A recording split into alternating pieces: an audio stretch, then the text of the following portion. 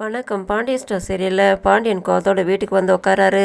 அவர் கோமதியை கூப்பிட்றாரு. ஓடியாந்து தங்கமயில் தண்ணி எடுத்து வந்து கொடுக்குறாங்க. இவர் கேட்குறாரு கோமதி கிட்ட, செந்திலை பற்றி ஏதாவது தகவல் தெரிஞ்சுதா, ஃபோன் ஏதாவது பண்ணானான்னுட்டு. ஃபோன் வேறு சுவிட்ச் ஆஃப்னு வந்து நான் என்னமோ ஏதோன்னு பயந்துட்டேன், ஃபோன் ஏதாவது பண்ணானான்னு சொல்லும் போது இவங்க முழிக்கிறாங்க. அந்த நேரத்தை தங்கமயில் சொல்லிடுறாங்க ஃபோன் எதுவும் வரல, அவங்க மெசேஜ் ஃபோட்டோ தான் அனுப்பியிருந்தாங்க, அவங்க 2 பேரும் பீச்சுக்கு போயிருக்காங்க, அதனால தான் அவங்க அனுப்பியிருக்காங்க, காட்டு ராஜி அப்படின்ட்டு இவங்க எல்லாத்தையும் சொல்லிடுறாங்க. அதை கேட்டு அவர் ஷாக் ஆகுறாரு. நான் கேட்குறேன், என்கிட்ட நீ எதுவும் சொல்ல மாட்டேன், அந்த வீட்டில் வர வர என்னை யாருமே மதிக்க மாட்டேங்க, அந்த வீட்டில் ஒவ்வொரு விஷயமும் எனக்கு தெரியாத நடக்குது, இது மட்டும் தானா, இன்னும் எவ்வளோ இருக்குதா, தங்கமயில் மட்டும் இங்கேருந்து எனக்கு ஒவ்வொரு விஷயத்த சொல்லலனாக்கா இந்த விஷயம் எதுவுமே எனக்கு தெரியாது, டியூஷன் எடுக்கிற விஷயமும் இதையும் யுவதா சொல்கிறா, நீங்களாம் எதுவும் சொல்ல மாட்டிங்களா, அவ்வளோதானே எனக்கு மரியாதை, இதுக்கு மேலே அந்த வீட்டில் எதுவுமே எனக்கு தெரியாமல் நடக்கக்கூடாதுன்ட்டு அவர் திட்டிட்டு போகிறாரு. இவங்க எல்லாருமே ஷாக்காக வராங்க.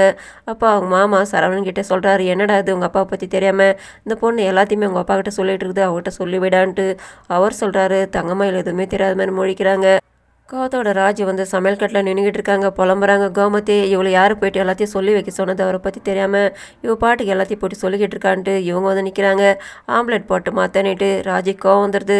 எதுக்காக நீங்கள் தேவையில்லாத வேலைலாம் பண்ணிக்கிட்டு இருக்கீங்க, மாமா கிட்ட நல்ல பேர் எடுக்கிறன்ற பேரில் எல்லாத்தையும் போயிட்டு நீங்கள் எதுக்காக சொன்னீங்க, நாங்கள் சொல்கிறதுக்கு முன்னாடி நீங்கள் எதுக்காக சொல்கிறீங்கன்னுட்டு அத்தை தாங்கினாங்க. நான் சொல்லிட்டேன், மாமா கேட்டதுனால தான் நான் சொன்னேன்னுட்டு, எங்கள் வீட்டில் எந்த விஷயமும் எங்கள் அப்பாவுக்கு தெரியாமல் நடக்காது, அதனால தான் மாமா கேட்டார், அதனால தான் எல்லாத்தையுமே சொல்லிட்டேன்ட்டு அதுக்கு ராஜி கோவம் வந்துட்டு திட்டுறாங்க. நாங்கள் சொல்லியிருப்போம், எங்களுக்கு முன்னால் நீங்கள் ஏன் சொன்னீங்கன்னுட்டு, நீங்கள் தயங்கினீங்க, நான் சொல்லிட்டேன்றாங்க. இதனால் இவங்க ராஜியை திட்டுறாங்கன்ட்டு இவங்க அழுகுறாங்க.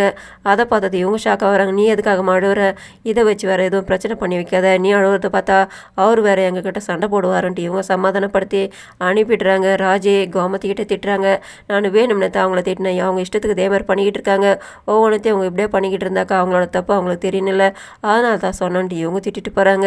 அதனால் கோமதி ஒரு பக்கம் ஷாக் ஆகுறாங்க.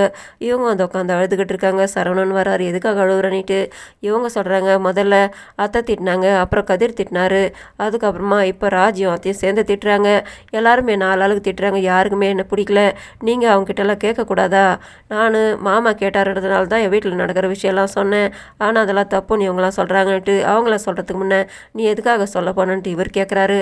என்னங்க இது, நான் எதாச்சும் அதான் சொன்னேன், இது என்ன தப்பா, நான் இருக்கிற விஷயத்த தானே சொன்னோன்னிட்டு அவங்களாம் சொல்லியிருப்பாங்க, அதுக்கு முன்னால் நீ ஏன் சொன்ன போனன்ட்டு கேட்கும்போது அப்போ இவங்க சொல்கிறாங்க, எல்லாருமே என்ன இப்படி சொல்கிறீங்களே, அவங்களாம் ஒரு கூட்டாக இருக்காங்க, என்னை யாருமே சேர்த்துக்க மாட்டாங்க, இந்த வீட்டில் யாருக்குமே என்ன பிடிக்கல, நீங்களாவது எனக்கு இந்த மாதிரி இருக்கிற கஷ்டத்தை நீங்கள் யார்கிட்டையுமே போய் கேட்க மாட்டிங்களா, ஆனால் கதிர் ரொம்ப ஜாஸ்தி பேசிட்டாரு, அவர்கிட்ட நீங்கள் கேட்டே ஆகணுன்ட்டு இவங்க அழுகுறாங்க. சரி கேட்கலாம் விடு, இந்த விஷயத்தெல்லாம் நான் போய்ட்டு அவங்ககிட்ட கேட்டால் என்ன நம்மளை பற்றி அவங்க தப்பாக நினைப்பாங்கன்ட்டு, என்னங்க நீங்கள் எனக்கு ஒரு கஷ்டம் நான் அவங்ககிட்ட வந்து சொன்னாக்கா எனக்காக நீங்கள் யார்கிட்ட போய் பேச மாட்டிங்களா, மற்றவங்க கிட்ட கேட்கலனாலும் பரவாயில்ல, ஆனால் நீங்கள் கதிர்கிட்ட கேட்டே ஆகணுன்ட்டு, சரி எனக்கு பசி எடுக்குது வா போய்ட்டு சாப்பிட்லான்னும் போது எனக்கு பசி இல்லைன்ட்டு இவங்க சொல்லும் போது அதனால் எனக்கு பசிக்குதுன்ட்டு நான் போய் சாப்பிட்றேன்ட்டு அவர் கிளம்பிடுறாரு.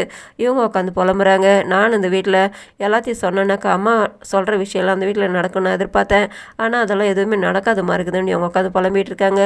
எல்லாரும் வந்திருக்காங்க சாப்பிட்றதுக்காக. கதிர் உட்காந்து சாப்பிட்டுக்கிட்டு இருக்காரு. அதுக்கப்புறமா பாண்டியன் வராரு. அவர் வந்து பார்க்குறாரு, என்ன எல்லாரும் இருக்கீங்க, தங்கமயில் எங்கே காணுன்னு சொல்லும் போது அவள் அப்புறம் சாப்பிட்றேன் சொல்லியிருக்கான்ட்டு, விடுங்க நீங்கள் சாப்பிடுங்க, அவள் தான் அப்புறம் சாப்பிட்ற சொன்னாலன்னுட்டு கோமதி சொல்கிறாங்க. அது எப்படி அவன் மட்டும் தனியாக சாப்பிட முடியும்னுட்டு இவர் தங்கமயில் கூப்பிட்றாரு. அவங்க ஓடியாந்து நிற்கிறாங்க. உட்காரம்மா எல்லோரும் ஒன்றா சாப்பிட்லான்னு போது அவங்களும் உட்காராங்க. அவளுக்கு பரிமாறுன்னுட்டு இவர் மற்றவங்க எல்லாருமே வேலை வாங்குறாரு.